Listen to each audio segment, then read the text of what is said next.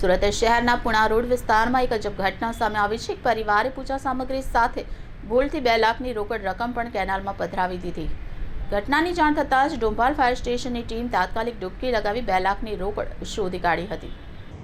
વિસ્તારમાં રહેતા એક પરિવાર દ્વારા કોઈ ધાર્મિક વિધિ દરમિયાન વપરાયેલી પૂજા સામગ્રી અને ફૂલમાળા જેવી વસ્તુઓને નિક્ષેપિત કરવાનો કાર્યક્રમ હાથ ધરવામાં આવ્યો હતો। પરિવારના સભ્યો પાસે પૂજાનો કચરો તેમજ કેટલીક અન્ય વસ્તુઓ હતી જેને તેઓ નજીકની કેનાલમાં છોડવા ગયા હતા, પરંતુ આ દરમિયાન તેમના હાથમાં રહેલી એક થેલી જેમાં પૂજાની સામગ્રી સાથે 2 લાખ રૂપિયાની રોકડ પણ હતી તે ભૂલથી કેનાલમાં વહી ગઈ હતી।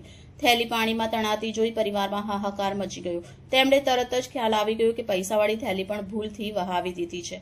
તાત્કાલિક પોલીસ તેમજ ફાયર વિભાગને જાણ કરવામાં આવી। સૂચના મળતા જ ડુંભાલ ફાયર સ્ટેશનની ટીમ ઘટના સ્થળે દોડી ગઈ હતી।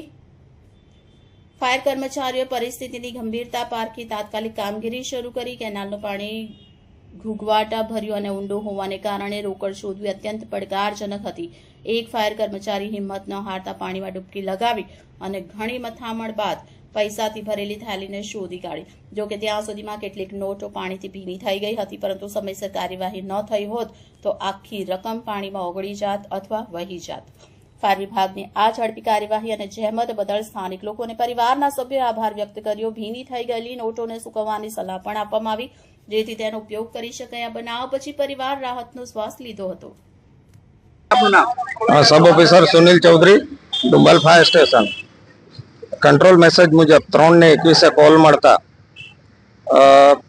દાગીના અને પૈસા નેરમાં પૂજાની સામગ્રી સાથે અંદર પડી ગયા છે।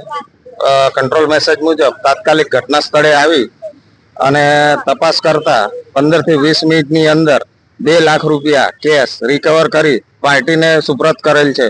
તમને કેટલા વાગે કોલ આવેલો? 3:21 કોલ આવેલો।